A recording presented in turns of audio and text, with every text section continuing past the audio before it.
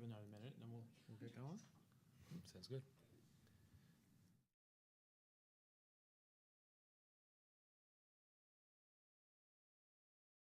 Good afternoon, folks. Thanks for joining us.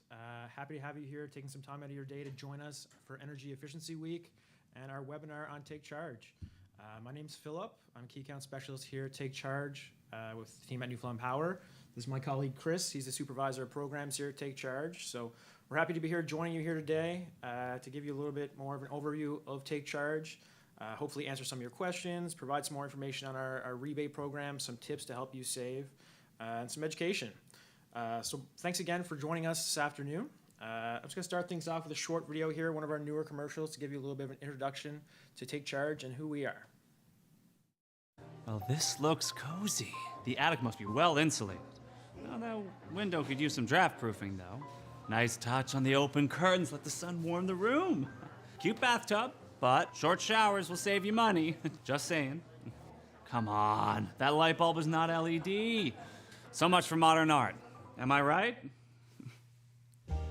Energy efficiency is always on our minds at takeCHARGE, with rebates on energy-efficient products and tips to help you save.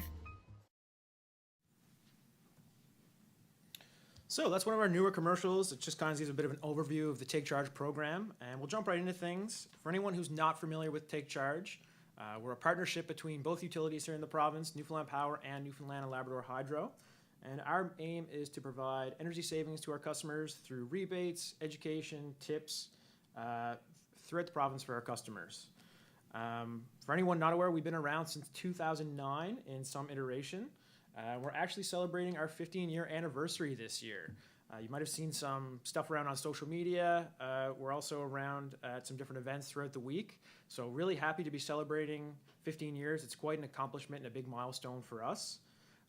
By also all means, if you have any questions throughout the presentation, feel free to put them in the chat. We'll be monitoring that throughout to hopefully answer any questions that you do have. I've brought Chris here with me today to help answer the really tough questions. So if you do have any hard ones, make sure you say, "Dear Chris." As I mentioned, this is our 15-year anniversary. We're really proud of that accomplishment, and we've had a lot of great savings, great initiatives throughout the years with takeCHARGE. Some high-level numbers here that we'd like to highlight, just showing some of the accomplishments. Over the 15 years, we've helped customers save over $180 million on their electricity bills. That's through all of our different rebate programs that we've had over the years. We've attended quite a number of events. As I mentioned, we've been at a few this week for Energy Efficiency Week, just promoting the week and our rebate programs. But through the years, we've been at over 2,000 presentations and events. We've awarded $195,000 to towns and municipalities throughout the province. This is through our Take Charge of Your Town initiative. And for anyone who may be with a municipality, that contest will be launching again in a few weeks' time at MNL. We've recognized 79 organizations through our Luminary Awards. Our next Luminary Awards function will be coming up in a few weeks' time as well during Business Efficiency Week. So looking forward to that one, and also looking back at all the other organizations and individuals we've recognized over the years for their contributions to energy savings. Right now, we have over 3,000 residents who are signed up for our new e-newsletter. We send this out quarterly with all sorts of different energy efficiency tips, information on our rebate programs, as well as any events that are upcoming in the areas. We'll also have a link to that at the end of the presentation if anyone is not signed up and would like to sign up to get a bit more information from us. And the last one there, we distributed over 6,600 Energy Savers kits to customers throughout the province. This is an income qualified program which we introduced a few years ago. So really happy to see that we've had a lot of great uptake in that program. Chris will touch on that briefly a little bit later, but each kit has a variety of energy savings items, and we distribute those for free to income qualified customers. So really happy to see the uptake we've had in that program as well. A couple more high-level stats here, just some things we've done with the program over the years. The big one I think that sticks out here is that 21 million square feet of insulation. The insulation program is probably one of our most popular programs. We've got a lot of people who've insulated their attics and their basements. As I mentioned, we'll get into the specifics of the programs and rebates a little bit later, but for anyone who's been watching curling this week, I know I have. I always got to cheer for Brad Gouju. The equivalent amount of insulation that people have installed is over 8,750 curling rinks. So just to kind of put that in perspective, it's quite a large number. It's a lot of insulation. We've gotten a lot of rebates back, seen a lot of savings through that. A few others here. We've given out over 80,000 LED bulbs to community groups, which is enough to power a lighthouse for over 50 years. And through all the rebates savings, we've had over 290 gigawatt hours of savings. That's the equivalent of powering nearly 14,000 electrically heated homes for a year. So quite significant. We've seen a lot of savings, given out a lot of rebates over the years. So happy to have been around for 15 years, and hopefully we'll be around for another 15. So now let's get into some more specifics about why we want to save electricity and some tips of how we can do that. So first and foremost, I guess, when people think about our rebate programs and why they might want to save electricity, the first one we see is saving money. So obviously we'll see that savings on our bills and that if we're installing energy efficient measures, whether that's LED lighting, insulation, perhaps a mini split heat pump, something like that. So first and foremost, that's a big one that people always see is that savings at the end of the day. But we always like to promote that there's added benefits as well that we don't always consider. One of those is comfort. So if you're have a well-insulated house, well insulated from draft proofing and whatnot, draft proofing materials around your windows and all that, you're going to have a lot more comfort. You're not going to have those drafts that come in during the winter. It's going to be warmer, more comfortable. If you have a mini split heat pump, for example, sometimes people like the added benefit with that you get air conditioning for those few warm weeks or sometimes days that we have in the summer. Also, convenience is a good one too. So, for example, LED light bulbs, they can last up to 15 years. So installing those high quality products, we often see, it's just nice to replace it once. Hopefully, if you get the full 15 years, you don't have to replace it, especially in those tricky, hard-to-reach fixture areas. I know I've got a light fixture over my steps. I do not like replacing the light bulb, so there's an LED in there now, and it's just a lot easier in that regard. So you do save money, but there's also added benefits that you need to consider as well when doing these. Okay, so let's have a look here at how we use electricity in our homes. Not everyone's aware of kind of the breakdown of how we use electricity. We get our bill at the end of the month and we just see the amount, but gives a good breakdown of how the average home uses electricity. Here we have both an electrically heated home and a non-electrically heated home. So those would be your oil heated customers or wood fired, those types of heat, just because it's a little bit of a different breakdown, but this is again, just in general, what the average home would look like. So as you can see, a large percentage of the electric usage in your home is attributed to space heating, that 55% there. Then we have appliances and electronics. So this would be your refrigerator, your stoves, dishwasher, any types of items like that, and electronics, TVs, those sorts of things. 15% goes towards water heating. So this would be primarily your hot water heater. And the last 5% there is your lighting. So as you can see, the biggest part there is space heating. And then kind of similar in a non-electrically heated home, obviously we don't have that large portion which is attributed to space heating because obviously you don't have the electric space heating there. But again, 13% is for home heating because you do use a little bit. Then the big chunk here is appliances and electronics. As I mentioned, your refrigerators, stoves, freezers, dishwashers, those sorts of things. 23% there is used by water heating. And then the last 10% is taken up by lighting. So interesting to see there and just give a better breakdown of how we use electricity on average in our homes. Okay, now we're going to get into some quick ways that we can save. These are low cost, and these ones are actually no cost ways that we can save. They're tips that people are probably already doing at home, but we just like to encourage them again. Maybe they're things that you haven't thought of, so we'll get right into those. So the first one here, open your curtains to let the daylight in and then close them at night. I know a lot of people probably already do this for privacy at night. I know I always close my curtains when I go to bed, but we don't always think of this as adding an extra layer of insulation. So when we look at an average window, the R value on those is around an R2 compared to the walls that surround the windows. Those are generally around an R20. So as you can see, it's quite a difference, a bit of a heat sink if you just leave those curtains open. Especially now too, as we get into the heating season, the days are getting shorter. We always want to remember to close the curtains at night to kind of keep that second air barrier there, add a second layer of insulation to kind of keep that cold air out and keep our warm air in. And by doing that, you can save on average around 10% or so on your heating costs. So definitely want to do that one. Next, we have washing our clothes in cold water. I know a lot of people probably already do this one as well. These detergents, cold water detergents, they've been around for quite a while now. They do a great job. So we definitely recommend doing that. The only time you really need to use hot water is if you need to sanitize something. If you have, small kids, pets or something like that, you want to put those on a sanitizing cycle. But generally, for the average person, their average clothing load, you can just wash those in cold water and then it'll come out fine. Also, if you have a newer washer that has kind of eco modes or anything on that, always want to recommend that you do run them in those eco modes.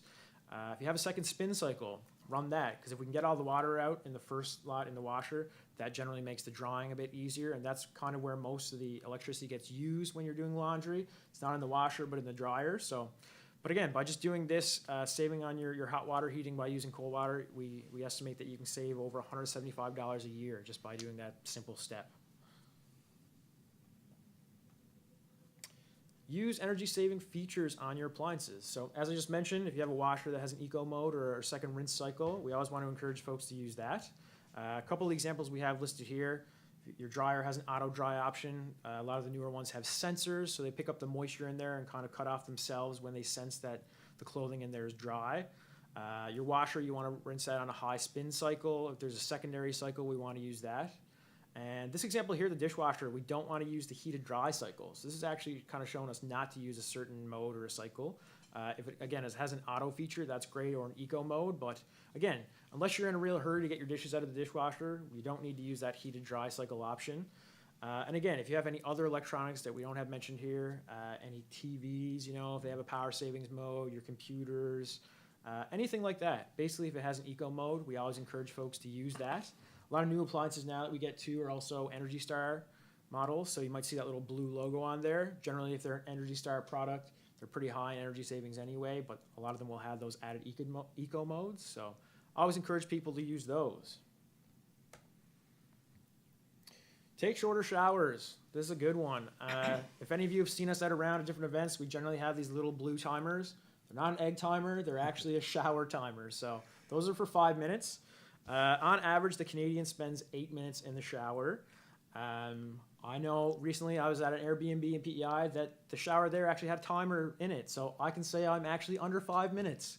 So I'm doing my part. But yeah, as we saw, hot water heating takes up a nice little portion of your electricity spending. So definitely want to take shorter showers if we're able to. The other thing I'll mention here is installing high efficiency shower heads if you don't already have those. You can find these at your local retailers. They generally have a flow rate of 1.6 gallons per minute or less. So we encourage you to install those if you don't already have them. They do a great job of maintaining pressure while cutting down on that water consumption. And it's just another easy, great way to save. So, okay, I'm going to hand things over to Chris now, and he's going to get into some of the more specifics of the rebates that we have to offer here at takeCHARGE. Thanks, Phil. Those are some great tips to help our customers save a few dollars. So not only does takeCHARGE have great advice on how to save energy, we also offer a number of rebates for both the commercial and residential and commercial sectors. Insulation is one of the best renovations you can do to your home to save energy and money. We offer a rebate of 75% of the material cost to upgrade the insulation in either your basement or your attic. Each area is eligible for a rebate of up to $1,000, so there is potential for rebates up to $2,000 combined. The basement insulation rebate can be applied towards either the basement walls or the basement ceiling, but not both. Any insulation material that has a verifiable R value is eligible for a rebate. This includes such common materials as bat insulation, blown in, or spray foam. It can be a do-it-yourself project with the exception of spray foam, which must be done by a professional installer. To get a better understanding of the cost of your installation project, please visit the installation page of our website for a link to the online calculator. You can also find that link in the chat. Our installation program is for electrically heated customers only, and the home must have been built before 2014. Next up, we have our duct insulation program. Customers can receive a rebate of 50% of the material cost up to $500. Exposed ducts running through an unheated area of your home, such as your basement, crawl space, or attic, can cause unwanted heat loss. By insulating these ducts, you can save energy and money while increasing the lifespan of your equipment. So the ducts must be used for your primary heating system and run through an unheated area of our home as the aforementioned basement, crawl space, or attic to qualify. Installing insulation to your heating ducts can save you approximately 5% on your heating costs.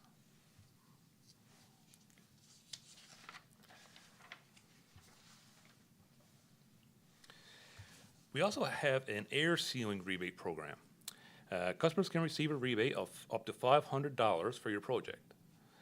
A pre- and post-retrofit home energy assessment are required and must be completed by a registered energy advisor. So the process for this program is to complete your pre-retrofit home energy assessment and then perform your air sealing project. Upon completion of your project, have a post-retrofit home energy assessment completed, and then if the air tightness has improved by 10% or more, you may be eligible for a rebate. New and existing homes are eligible, but they must be electrically heated.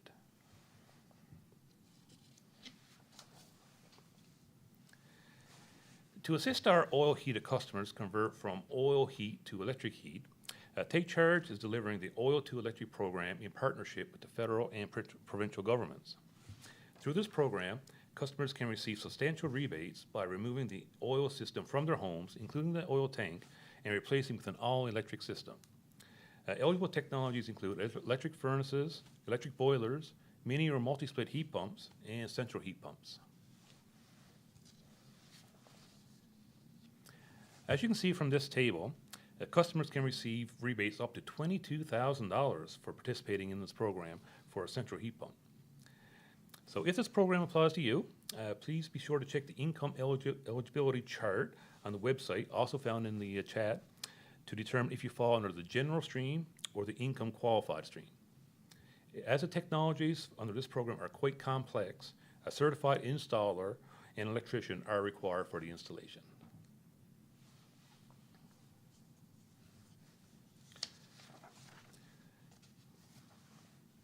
We also offer a rebate of $175 for the installation of a qualifying high-efficiency HRV. Modern homes are airtight to prevent heat loss, but this also prevents air circulation, which is important for your health and comfort. HRVs remove indoor pollutants and get fresh air inside while minimizing the heat loss. You can save approximately $1,000 on electricity costs over the life of your high-efficiency HRV over a standard model. So HRVs last approximately 15 years or so. So if yours is older than that age, then you definitely should consider looking at getting a high-efficiency HRV. To qualify, the unit must be installed by an HRAI certified installer, and this program is open to electric or oil-heated customers, as well as new construction and retrofit projects. For a list of eligible models, please check out our website, and I believe the link is also in the chat as well.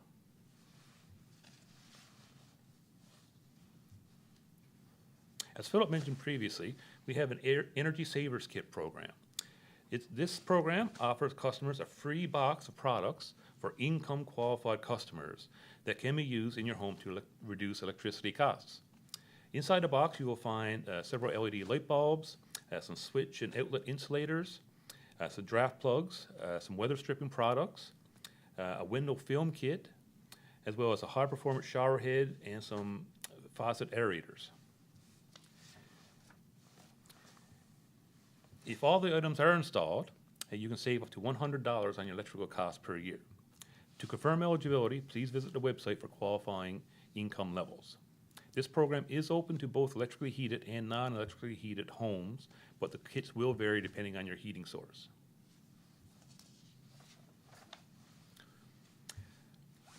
For our commercial customers, we offer the Business Efficiency Program, or BEP. The BEP consists of two streams, product rebates and custom solutions.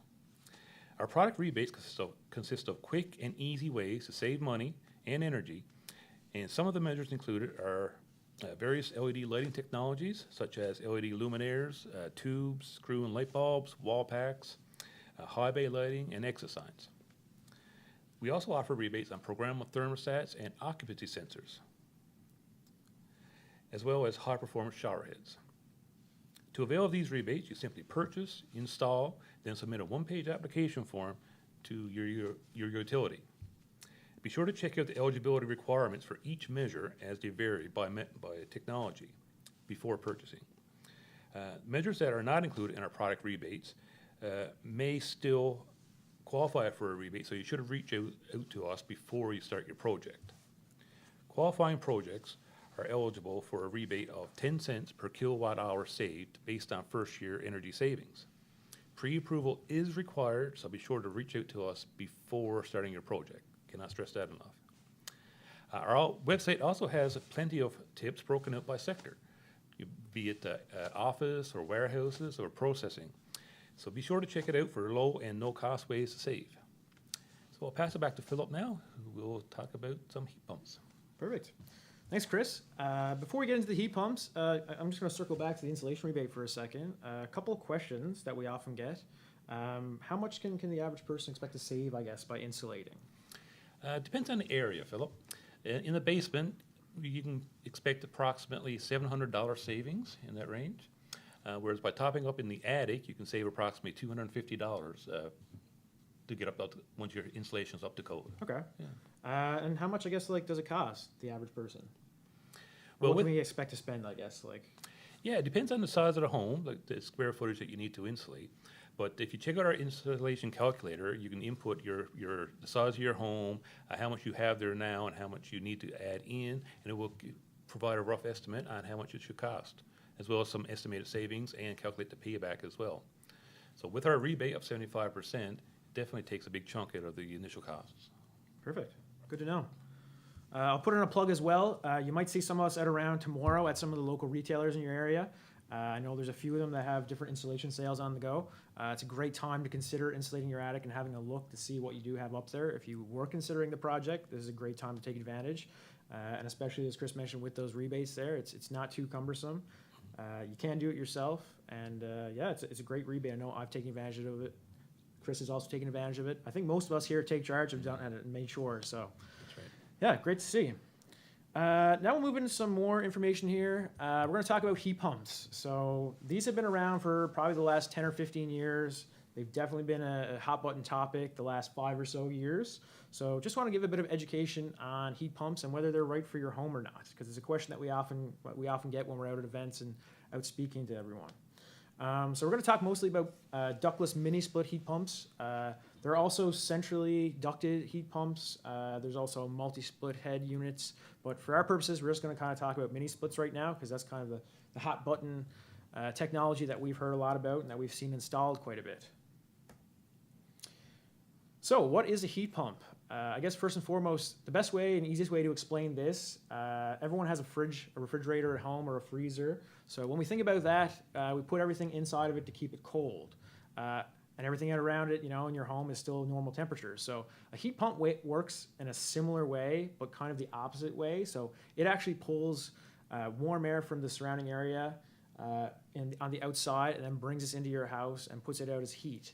And then in the summer, when we kind of reverse that for the AC effect, it goes the opposite way. So it pulls the cool air out of the surrounding air and brings that in as air conditioning. So I don't want to get too technical into things, but that's a basic way of how things work for heat pumps.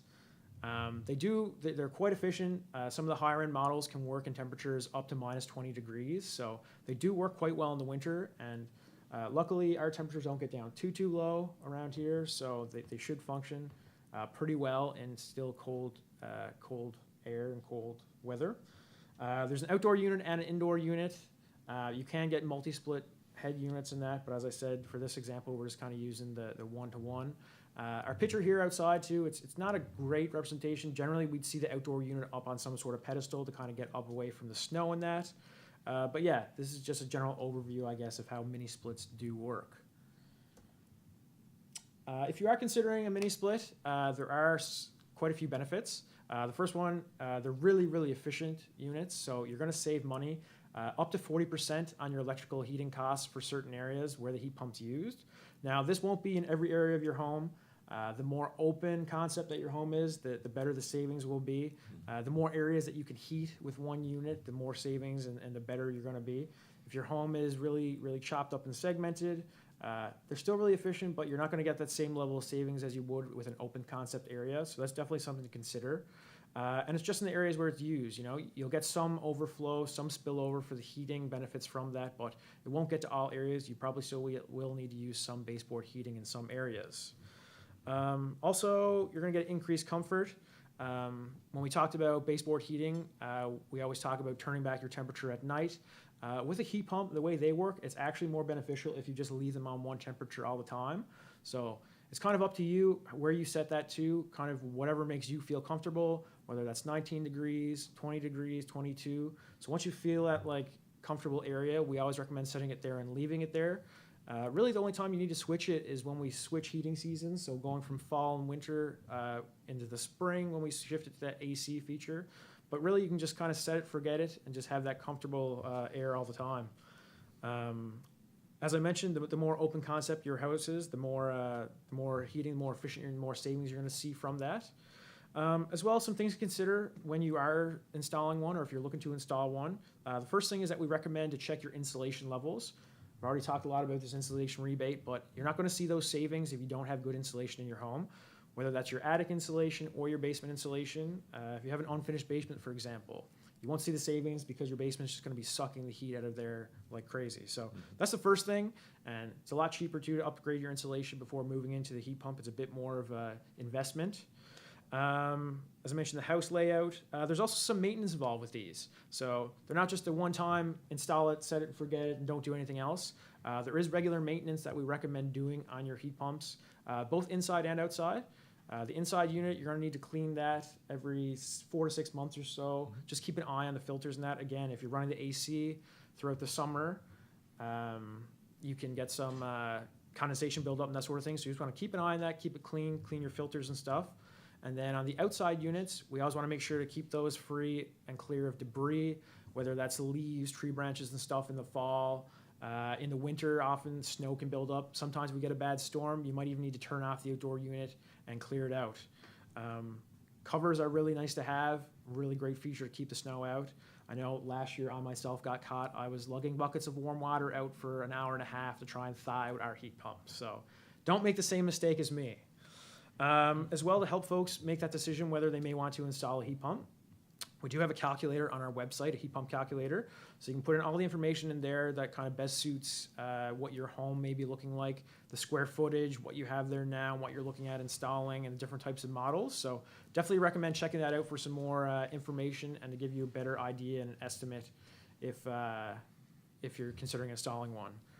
The last thing I'll mention there too, that we always recommend people use a certified installer to install a heat pump if they are considering one.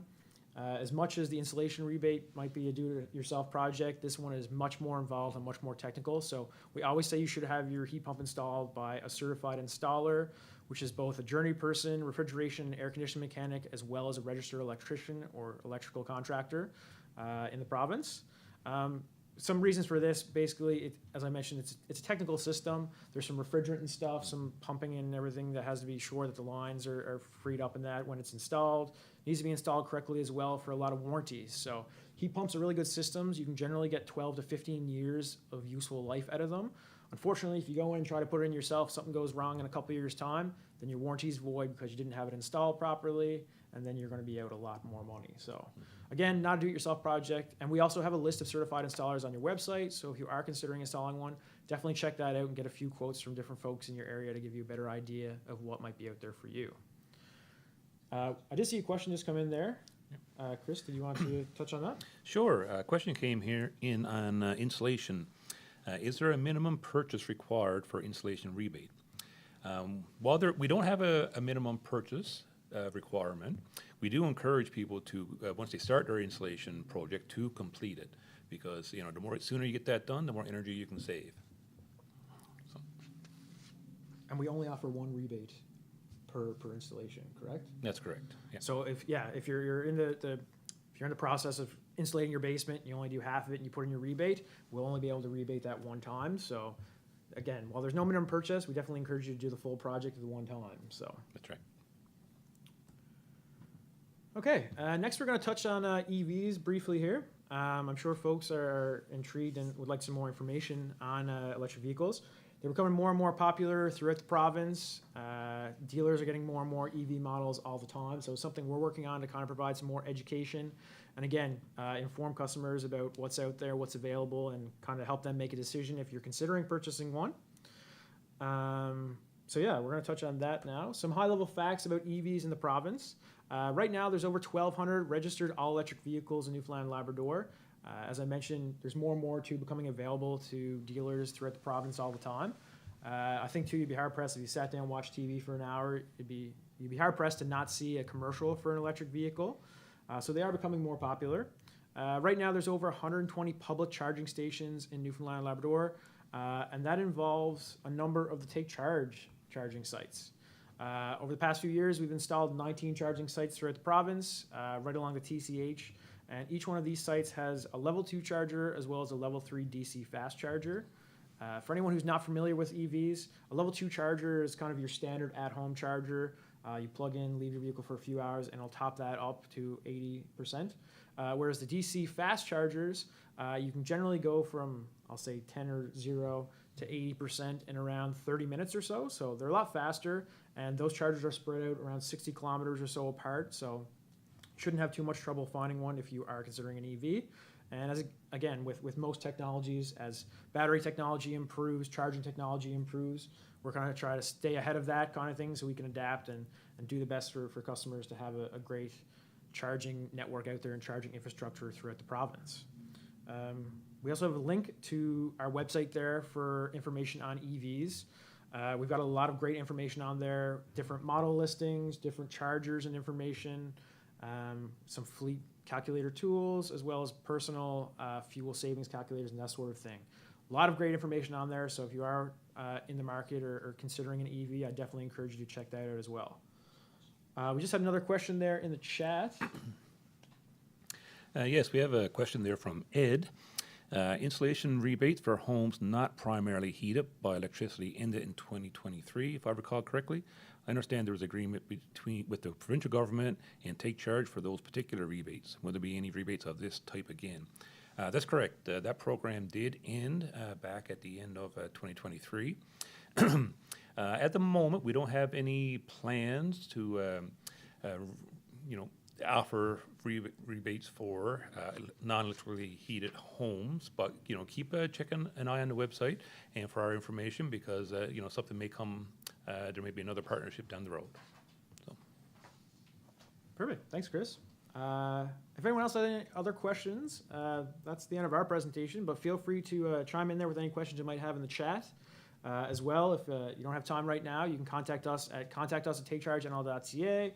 Visit our website. There's links there where you can submit questions as well, and we'll get back to you in a timely manner to kind of answer any questions you might have on any of our programs.